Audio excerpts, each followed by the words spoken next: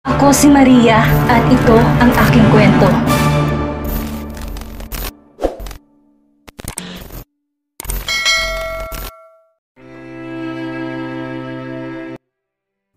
Matapos ang libing ni Alfredo ay nagpaalam si Melba na mauna nang umuwi kasama si Lorin. Makikisabay ito sa kotse ni Peter kasamang ina. Sasama na rin po ako sa inyo ma, ani Kara. Hindi ka babalik ng ospital? Tanong ni Melba. Pwede naman kitang ihatid doon, sabat ni Peter.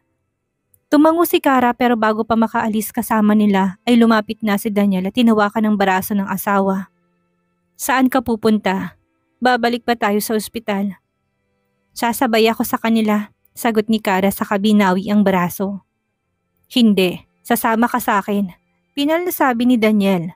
Si Melba na kaagad ang naramdaman ang tensyon ng mag-asawa sa isa't isa ay kaagad na nagsalita. Sumama ka na lang sa kanya, Kara, at baka hindi na tayo magkasya pa sa sasakyan ni Peter. At dahil si Melba nang nagsalita, hindi na umapila si Kara at labag sa loob na nagmarcha patungo sa kotse ni Daniel.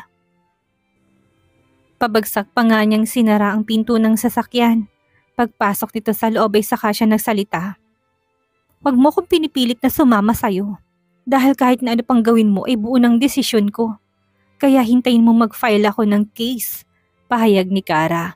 Humigpit lang ang hawak ni Daniel sa manibela at hindi na nakipagtalo.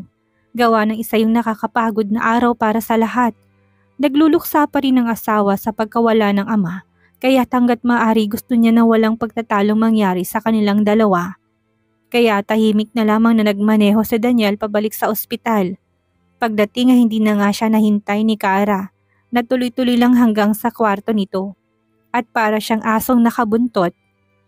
Gusto ko magpahinga, ani Kara sa kapatalikod na nahiga sa hospital bed. Sa madaling salita ay pinapaalis siya nito. Kaya isang mabigat na buntong hiningang pinakawalan ni Daniel saka lumabas ng kwarto upang puntahan na lamang ang anak.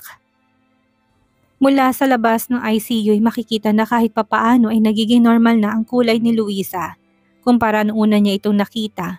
Nakausap na rin niyang doktor at sinabing pwede nang mailabas ang bata pagkatapos ng isa pang linggo. Kahit hindi maging magandang nakalipas na araw para kay Daniel, ay napapawi naman sa tuwing iniisip na malapit na niyang makasama ang anak. Sa ngayon ay sinasantabi niya na munang problema dahil ang mahalaga sa kanya ngayon ay si Luisa. Sa gabing iyon ay kakauwi lang ni Daniel sa bahay. Excited siya dahil makakasama na naman niyang muli ang anak mula sa isang nakakapagod na araw mula sa trabaho. Eksaktong 2 linggo na rin simula nang maiuwi niyang kanyang mag-ina matapos ma-discharge. Pagpasok sa kwarto ay walang asawa pero umiiyak ang bata at kahol din ng kahol ang tuta. Kara? Tawag niya pero walang sumasagot. Lumapit si Daniel sa crib at kinargang bata. Bakit Luisa? Bakit umiiyak ang baby? Aniya sa anak. Hinele-hele niya ito pero hindi pa rin tumitigil. Bagkus ay mas lalo pang lumakas ang pag-iyak ng bata. Pawis na ito at pulang-pula ng muka. Kaya napagpasiyahan ni Daniel na hanapin ang asawa. Lumabas siya ng kwarto. Maya-maya pa may lumapit na ilang katulong. Ano pong nangyari, sir? Rinig po namin mula sa ibaba ang iyak ni baby. Si Kara ba umalis? Hindi po, sir. Sa pagkakaalam po namin ay nasa kwarto lang po si Ma'am Kara. Tugon nito. Akin na po muna si baby at ako na pong bahala magpatahan sa kanya. Ibinigay naman ni Daniel ang bata upang hanapin ang asawa sa buong bahay. Hanggang sa makarating siya sa theater room. Binuksan lang niya ang pinto at hindi pumasok dahil madilim. Walang senyales na may ibang tao sa loob. Nang mapansin niya na malapit banda sa bintana na may gumalaw. Kara, ikaw ba yan? Aniya sa kakinapa ang switch ng ilaw malapit sa pintuan. Nang lumiwanag ang buong kwarto ay nakita niya si Kara. Nakaupo sa sahig habang hawak ang violin at bow. Lumapit si Daniel at tinignan ito sa mukha. Anong ginagawa mo dito? Kanina pa kita hinahanap. Iniwan mo si Luisa sa kwarto na umiiyak. Nagangat naman ang tingin si Kara sa kailang beses na pakurap. Maya-maya pa'y biglang napatayo, binitawan ng hawak na instrumento at nagmamadaling umalis na halos, patakbong bumalik sa kwarto. Luisa? Hanap niya sa anak na makitang wala ito sa crib. Ibinigay ko muna sandali sa katulong, ani Daniel lang makahabol sa asawa. Muling kumilos si Kara at nilagpasan si Daniel para puntahan ng anak. Mabilis ang kilos pababa ng hagdan. Akin ang bata, aniya sa katulong pagkalapit. Tahan na, Luisa, nandito na si Mama. Saka hinele-hele ang bata. Pagkatapos ay binalingan ng katulong. Salamat po, ibabalik ko na siya sa kwarto. Pag-akyat sa hagdan ay sakto namang pababa si Daniel. Babalik ka sa kwarto? Good at kailangan nating mag-usap. Hindi naman kumibo si Kara at tuloy-tuloy lang hanggang sa marating ang kwarto. Anong ginagawa mo sa theater room at iniwan mo mag-isang bata na umiiyak? Tanong ni Daniel. Lumapit naman si Kara sa crib at tinignan ng baby bottle na hindi naman nabawasan ng laman. Nagugutom ba siya? Ani Daniel. Tumango lang si Kara saka sinubukang ipasubo sa anak ang bote pero ayaw ng bata at sigil lang sa pag-iyak. Huwag mong ipilit kung ayaw niya. At anong gusto mong gawin ko, Daniel? Walang lumalabas sa akin. Kahit anong gawin kong pump sa dibdib ko'y walang lumalabas na gatas. Sad ni Kara na parang maiiyak na. Napabuntong hininga si Daniel. Okay, hahanap ako ng pwedeng pagkuhanan ng breast milk. Pagkaalis si Daniel sa kwarto ay mas lalong naging emotional si Kara. Ilang araw na siyang nahihirapan na mag-produce ng gatas kahit na anong gawin niya. Kung ano-ano nang kinakain niyang makakatulong sa kanya pero wala pa rin nangyayari. Hirap siyang maglabas ng gatas para sa anak na ayaw ng formula milk. Tumahan ka na, Luisa. Aniya sa anak na halos namamaos na sa kakaiyak. Hindi ko na alam ang gagawin ko kaya tumahan ka na. Biglang taas niya ng boses na mas lalong kinaiyak ng bata. Nang ma-realize ang nagaway niyakap niya si Luisa at makailang beses na humingi ng sorry. Patawad anak, hindi sinasadya ni Mama. Sorry talaga. Bumalik si Daniel matapos na may tawagan sa cellphone. Nagpapahanap na ako sa assistant ko, tatawag na lang kapag nakakita na. Ano nangyari? Medyo nagtataka sa naabutang tagpo. Umiyak lang si Kara habang umiiling. Pagod na ako. Pagod na pagod. Lumapit si Daniel sa hinaplos-haplos ang likod ng asawa. Gusto mo bang umuwi na muna sa inyo? Pumasyal o hindi kaya ay makipagkwentuhan kay Lorin? Pero umiyak lang si Kara. Ganun lang ito hanggang sa dumating ang kailangang gatas ng bata. Matapos makakain ng anak ay agad tong nakatulog dahil sa pagod. Si Kara ay naupo naman sa kama at ilang sandali pa'y nagsalita. Daniel, hanggang kailan tayo ganito? What do you mean? Maghiwalay na tayo please. Mariing napapikit si Daniel saka napahilot sa sentido. Ilang beses ko bang sasabihin na hindi ko papayagan ang gusto mong mangyari? Kahit na sobra na akong nahihirapan at nasasaktan? Ani Kara. Hindi na talaga kaya ni Kara na makasama si Daniel sa isang bubong. Ang makatabi ito sa kama at makita'y sadyang mahirap na sa kanya. Para siyang nasasakal, nahirapang huminga sa tuwing nakikita at nakakausap niya ito. Dahil sa ginawang pag-alis ni Daniel ay muntikan na siyang mawala sa mundo kasama ang anak. Kaya sa papaanong paraan niya, kakayaning makasama to. Araw-araw sa pagmulat ng mata ay lagi niyang naalalang gabing iyon na nahihirapan siyang sumasakit ang tiyan at wala man lang mahinga ng tulong. Nakakatrauma. Wala na akong nakikitang rason para magsama pa tayo, Daniel. Kaya para hindi na tayo magkasakitan pa, mas mabuting maghiwalay na lang tayo. Naging matagal ang titig ni Daniel hanggang sa tumayo ito at nagpa siyang lumabas ng kwarto. Saka na natin ito pag-usapan. Bababa na muna ako at hindi pa ako nakakain ng hapunan. Marahang isinara ni Daniel ang pinto kahit nanginginig ang kamay at gustong ibagsak ang pagsara. Iniisip na lamang niyang anak na kapapahinga lang muna sa pag-iyak at ayaw itong magising. Kung kinakailangan iwasan niyang mapag-usapan ng nais ni Kara na makipaghiwalay ay gagawin niya. Kahit anong pagmamakahawa nito ay hindi siya papayag. Hindi ngayon na may anak na sila. Matapos kumain na hindi siya bumalik sa kwarto at sa study room na tulog para maiwasan ang pakikipag-usap. Kinabukasan ay maagang nagising si Daniel at tinawagan si Eunice para sabihin sa tanghali na lamang siya papasok ng trabaho. Bakit po sir? Tanong ng sekretarya. Magpupunta kami ni Kara sa ospital. Aniya nang naisipang ipakonsultang asawa para magawa ng paraan ang problema nito sa pagpoproduce ng gatas. Clear naman pong schedule nyo ngayon at walang meeting kaya sige po, ako nang bahala in case na may tumawag at maghanap sa inyo. Pagkababa ng tawag ay bumalik si Daniel sa master's bedroom at nakitang nasa kama pa si Kara. Natutulog kasamang mga bata, kaya ginising niya ito para sabihin na aalis sila. Kinusot-kusot naman ni Kara ang mga mata sa kanilingon si Daniel. Saan tayo pupunta? Sa ospital at ipapakonsult kita. Hindi pwedeng ganyan ang case mo at pareho lang kayo ng bata na mahihirapan. Pahayag ni Daniel. Iiwan natin si Luisa? Hindi naman tayo magtatagal. Kung inaalala mong pagkain niya at marami-rami naman ang gatas na nahanap ng assistant ko kagabi. Nasa ref, kaya ang mga katulong na munang pansamantalang mag-aalaga sa kanya habang wala tayo. Maingat na bumangon si Kara sa kama upang hindi magising ang bata. Sandali at tatawagin ko na munang katulong na magbabantay kay Luisa. Ani Daniel saka lumabas ng kwarto.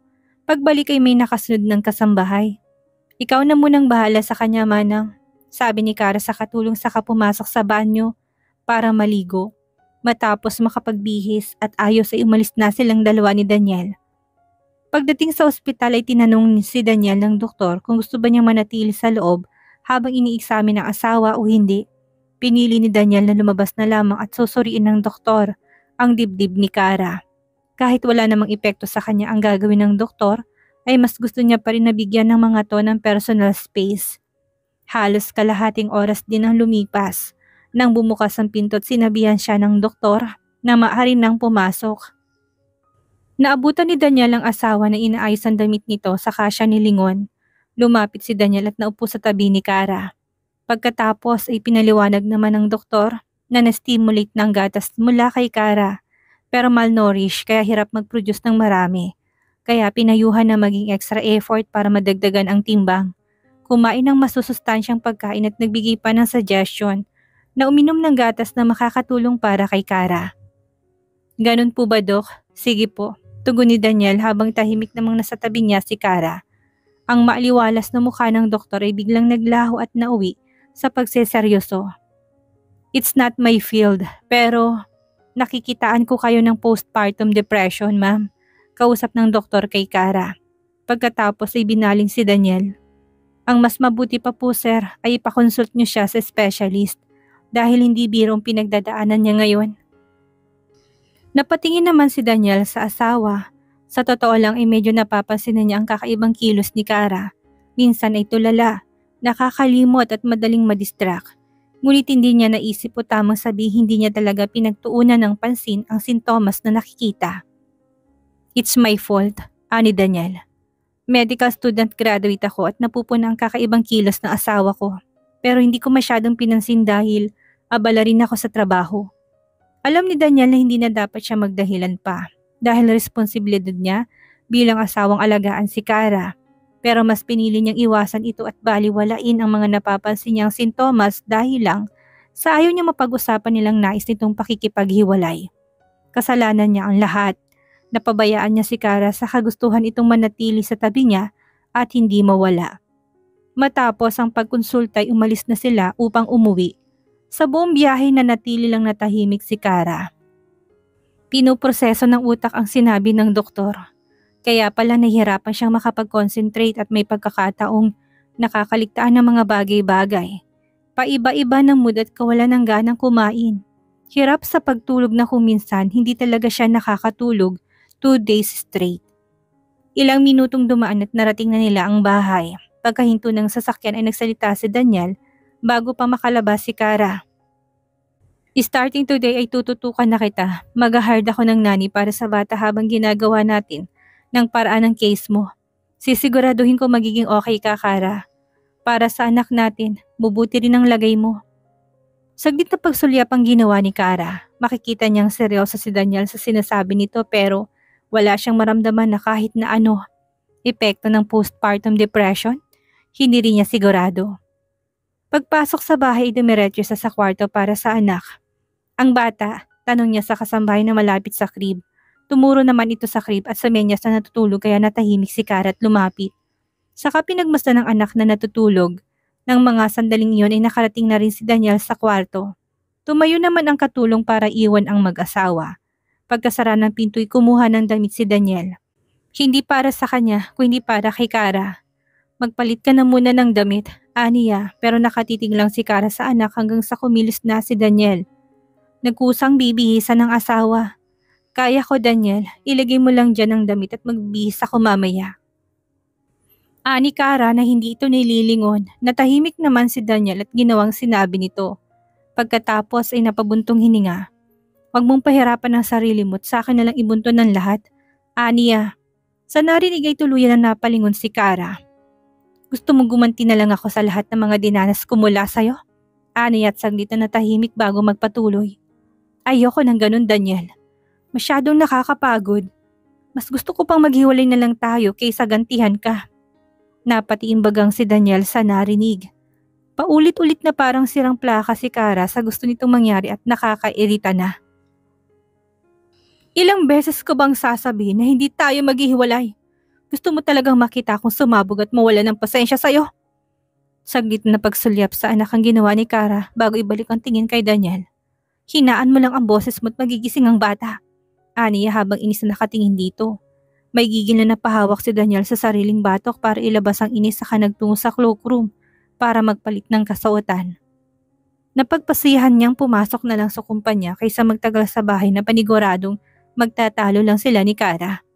Paglabas ay nakasuot na siya at inaayos ang kurbata at kahit iritado ay nagpaalam pa rin siya kay Kara na aalis. Wala naman itong sinabi kaya nagpatuloy si Daniel. Kinuha ang suitcase saka lumabas ng kwarto. Pagsakay sa kotse sa kanya tinawagan si Eunice para utusan na magpadala ng maraming bodyguard na magbabantay kay Kara. May hinala kasi siyang aalis ito sa pamamahay gaya ng ginawa nito noon at yun ang hindi niya hayaang mangyari. Yes sir, magpapadala ko ngayon mismo ng bodyguard. Tugon ni Eunice kahit nalabag sa kalooban ang nais ni Daniel. Sa ginagawa ay halatang ikinukulong na nito ang asawa. Mas lalong masasakal si Kara at magpupumiglas na kumawala. Pero sir, sigurado po ba kayo sa gagawin nyo? Baka mas lalong magalit sa inyo si Ma'am Kara. Hindi na iwasang magkomento ni Eunice. Wala akong pakialam, basta gawin mong inuutos ko. Ani Daniel. Halata ang pagbuntong hininga ni Eunice sa kabilang linya pero wala na itong magagawa pa kung hindi sundin si Daniel. Hindi pa out sa trabaho pero inagahan na ni Daniel ang pag-alis para magtungo sa sementeryo at nais niyang dalawin ang puntod ng biyenan. Matraffic po sir, baka abutin tayo ng gabi. Saad ng driver. Kaya nga inagahan kong pag-alis para makarating tayo doon bago dumilim. Gabihin man tayo ay ayos lang. Wala namang nakakatakot sa sementeryo. Ani Daniel. Makahulog ang tumingin ang driver sa rearview mirror pero hindi na nagkomento at sinunod na lamang ang utos ng amo. Ilang oras ang dumaan nang marating ng kotse ang sementeryo. Papalubog ang araw kaya sakto lang ang pagdating. May nadaanan pa nga silang nagtitinda ng bulaklak kaya bumili na rin siya para sa biyanan. Wag mo na akong samahan at sandali lang naman ako. Saad ni Daniel sa driver. Ilang minutong lakad hanggang sa marating ang puntod ni Alfredo. Malinis at may bagong bulaklak na nakadisplay na sa palagay niya ay regular na pinupuntahan ng puntod. Inilapag niya ang dalang bulaklak sa tabi ng lapida saka naupo upang pantayan ang sementadong puntod. Pasensya na pa at hindi malang ako nagkaroon ng pagkakataon na makahingi ng tawad sa inyo. Hindi tayo nakapag-usap para magkaayos at ngayon ay huli na ang lahat. Sana kahit nasan man kayo ngayon ay nakikita niyo na ginagawa kong makakaya para kay Kara at Luisa. Sandaling tumigil sa Daniel, mabigat na napapuntong hininga bago nagpatuloy. Hindi ko na alam ang gagawin ko. Wag lang tuluyang mawala sa akin si Kara. Alam kong sa mga oras na ito ay hindi kayo sang-ayon sa ginagawa ko pero ayoko lang talagang humantong kami sa hiwalayan. Matapos masabi ang mga bagay na hindi niya maikwento sa iba, ay bumalik din kagad si Daniel sa sasakyan. Nang mga oras na yun ay lumubog na ang araw at unti-unti nang dumidilim ang kalangitan. Habang nasa biyahe ay tila hindi pa rin sapat para kay Daniel ang lahat. Parang kulang ang paghingi niya ng tawad sa taong wala na dito sa mundo. Kaya kinabukasan ay nagpunta naman siya sa kulungan para dalawin si Topher. Ngunit ayaw nitong humarap. Halatang nagkikimkim ng galit sa kanya. Magkaganon man hindi umalis si Daniel, sinabihan niya ang warden na nagbabantay na maghihintay siya kahit gaano katagal basta lang harapin siya ng bayaw. Lagpas 4 na oras ang hinintay ni Daniel bago tuluyang pumayag si Topher na humarap sa kanya. Pagbukas ng pinto ng visiting area na patitig siya sa bayaw. Simula nang makulong ito ang unang beses na nakita niya ito sa personal. At hindi niya akalaing napakalaki na ipinagbago nito kumpara sa dati. Nakalapit si Topher at pabalyang naupo sa harapan ni Daniel. Anong kailangan mo? Halata sa boses na naiinis ito. Sa inaastay na wala ng gana si Daniel na kausapin ito. Inaasahan naman niya na may sama ng loob sa kanya si Topher, pero parang sobra naman atang pagtrato nito sa kanya. Tuloy ang dapat nasasabi na hindi na lamang niya itinuloy, tila nasayang ang 4 na oras na paghihintay. Kaya nawalan siya ng pasensya at nagsabi ng salita na paniguradong hindi nito magugustuhan. Huwag mo sanang kakalimutan na malaki ang tinulong ko sa pamilya mo. Sa'yo, lalo na kay Kara. Napatimbagang si Topher, ang kamay na nasa table ay naikuyom. Laking pagsisisi ng hinayaan kong maikasal ang kapatid ko sa'yo. Dapat pala, gumawa ako ng paraan na hindi matuloy ang kasal kahit na nandito ako sa kulungan. Hindi sana, naisalba ko pa si Kara mula sa'yo. Si Daniel naman ngayon ang napatiimbagang. Hindi ko naman siya pinilit na magpakasal, siya itong gustong matali sa akin. Dahil nabulag siya ng pagmamahal sa'yo, hindi niya nakitang demonyo palang napangasawa niya. Ilang sandaling katahimikan ang namayani sa dalawa hanggang sa muling nagsalita si Topher. Huwag ka nang magpaligoy-ligoy pa, Daniel. Hindi ka magpapakita dito at kakausapin ako para makipagpikunan lang. Ano ba talagang sadya mo sa akin? Sabihin mo na nang makabalik na ako sa loob at ayoko nang makita ka pa ng matagal. Kumbinsihin mo si Kara na huwag makipaghiwalay sa akin. Alam kong makikinig siya sa'yo, ani Daniel. Napangisi si Topher. Bakit ako ang nilapitan mo? Alam mong mas gagatungan ko pa siyang ituloy ang desisyong iwan ka. May anak kami, si Luisa, ang pamangkin. Wala akong pakialam kung ilang anak pa meron kayo, Daniel. Kung anong gusto ng kapatid ko, susuportahan ko siya sa lahat. Matapos ay saka tumayo si Topher para bumalik na sa loob, pero bago umalis ay may pahabol pa siyang salita. Huwag ka nang babalik dito at hindi na kita haharapin sa susunod, kahit ano pang gawin mo. Pagkatapos ay lumabas na ng visiting area. Hindi na rin nagtagal pa si Daniel at bumalik na sa sasakyan. Habang pauwi sa bahay ay naipit pa sila sa traffic kaya inabutan sila ng hapon sa daan. Nang makarating sa bahay, hindi pa man nakakapag-park ang sasakyan ay sinalubong na siya ng ilang katulong na halatang kinakabahan. Sir, nasa loob po si Ma'am Melba. Pagpapaalam ng isang katulong. Kanina pa ba siya dito? Sa halip na sagutin ng tanong ibang sinabi nito. Si Ma'am Kara po ang sadya niya. Pumasok sa bahay si Daniel at nakitang nasa may salang biyanan. Lumapit siya rito para bumate. Kamusta po kayo, ma? Tumawag po sana kayo't nang masundo para hindi na nahirapan sa pag-commute. Hindi rin naman ako magtatagal at sinusundo ko lang si Kara. Dahil sasama siya sa akin pauwi. Pahayag ni Melba.